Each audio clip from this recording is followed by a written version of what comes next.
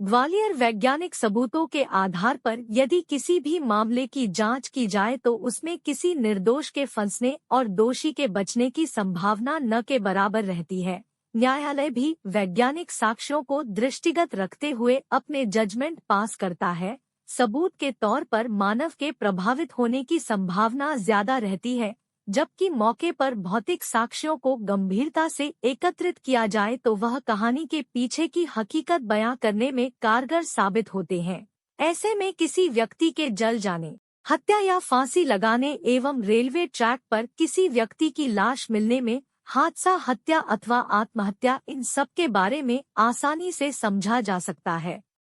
क्योंकि खून कभी झूठ नहीं बोलता। यह बात दिल्ली से आए राष्ट्रीय स्तर के FSL अधिकारी हर्ष शर्मा ने अपनी कार्यशाला के दौरान व्यक्त किए। उन्होंने पुलिस अधीक्षक कार्यालय में IG अरविंद सक्सेना, SP राजेश चंदेल सहित करीब 80 पुलिस अधिकारियों कर्मचारियों की मौजूदगी में वैज्ञानिक साक्ष्यों का महत्व समझाया। उन्होंने कहा कि खून सब सच बयां कर देता है, लेकिन उसे समझने की जरूरत है। वहीं रेंज के IG अरविंद सक्सेना ने कहा कि पुलिस विवेचना में जुटे अधिकारियों को यह कार्यशाला बेहद उपयोगी साबित होगी, जिसमें किसी दोषी के बचने की संभावना न के बराबर होगी और निर्दोष के फंसने की संभावना भी न के बराबर होगी। घटना के भौतिक एवं वैज्ञानिक साक्ष्य वारदात की असल वजह बताने में अभियोजन के लिए कारगर साबित होते हैं।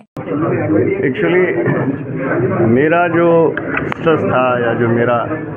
मेरी बात का जो ख़ास तौर से मैंने बताया कि वैज्ञानिक अन्वेषण किसी भी अपराध स्थल का किया जाना चाहिए, और वैज्ञानिक अन्वेषण में सबसे इम्पॉर्टेंट चीज़ जो होती है भौतिक साक्ष्य होते हैं। पहले जो है ह्यूमन विटनेसेस के ऊपर ऑनरेबल कोर्ट्स जजमेंट्स पास करते थे, बट आज की तारीख में आपने देखा होगा कि मोस्ट ऑफ द जजमेंट्स वो वैज्ञानिक साक्ष्यों के आधार पर होते हैं, जैसे DNA हैं और चीज़ें हैं। तो आज मेरे जो बात करने का विशेष बात ये थी कि केवल साक्ष्यों को पहचानना तो फिर अब चूँकि समय ऐसा है कि लोग समझ ही गए हैं कि साक्ष्य, भौतिक साक्ष्य घटनास्थल पर जो मिलते हैं, तो सबसे इम्पॉर्टेंट ये होता है कि रिकंस्ट्रक्शन, यानी घटना का पुनर्निर्माण भौतिक साक्ष्यों के आधार के ऊपर, जिससे ये बात सुनिश्चित हो कि घटना एक्चुअली हुई क्या है। और उपयोगी भौतिक साक्ष्यों को अगर प्रॉपरली उठाया जाता है, पैक किया जाता है, लेबोरेटरी को भेजा जाता है,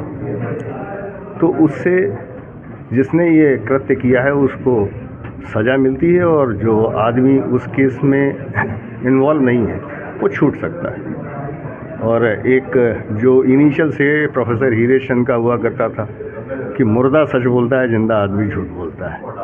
और इतना समय काम करने के बाद मेरा अपना ये भी मानना है कि खून भी बोलता है, बशर्ते खून की भाषा आपको पढ़नी आती है। देखिए, इसमें हमने जो है करीब 80 हमारे जो पुलिस अधिकारी हैं जो कि विवेचना का काम करते हैं, ASI से लेके इसमें एडिशनल SP तक के अधिकारी मौजूद थे, उनको बुलवाया था। और डॉक्टर हर्ष शर्मा हमारे प्रदेश के निवासी हैं और फेमस फोरेंसिक एक्सपर्ट हैं नेशनल स्तर के, तो उनके द्वारा जो है विभिन्न जो केसेस जो हैं जो कठिन प्रकृति के थे और उनको कैसे सबूतों के एनालिसिस के आधार पे क्रैक किया गया, इसके विषय में आज विस्तृत जानकारी दी गई। और इसमें बहुत से जो एस्पेक्ट्स उनके द्वारा बताया गया कि किस प्रकार से हैंगिंग जो है उसको कैसे ट्रेस करना चाहिए, एंटीमॉर्टम हैंगिंग है कि पोस्टमार्टम हैंगिंग है, बर्निंग के केसेस लिए गए कि एंटीमॉर्टम बर्निंग है कि पोस्टमार्टम बर्निंग है। और इसके अतिरिक्त और कई इस प्रकार के जो स्पॉट्स रहते हैं जिसमें विवेचक जो है उसको ये डिसाइड करना पड़ता है कि जो ये सुसाइड का केस है कि होमोसाइडल केस है, या आत्महत्या का है कि हत्या का केस है। तो इनको किस प्रकार से डिफ़ाइन किया जाए, कैसे इसको मतलब आइडेंटिफाई किया जाए, ये भी उनके द्वारा बताया गया। और भी जो रेप के केसेस होते हैं, इसके अलावा जो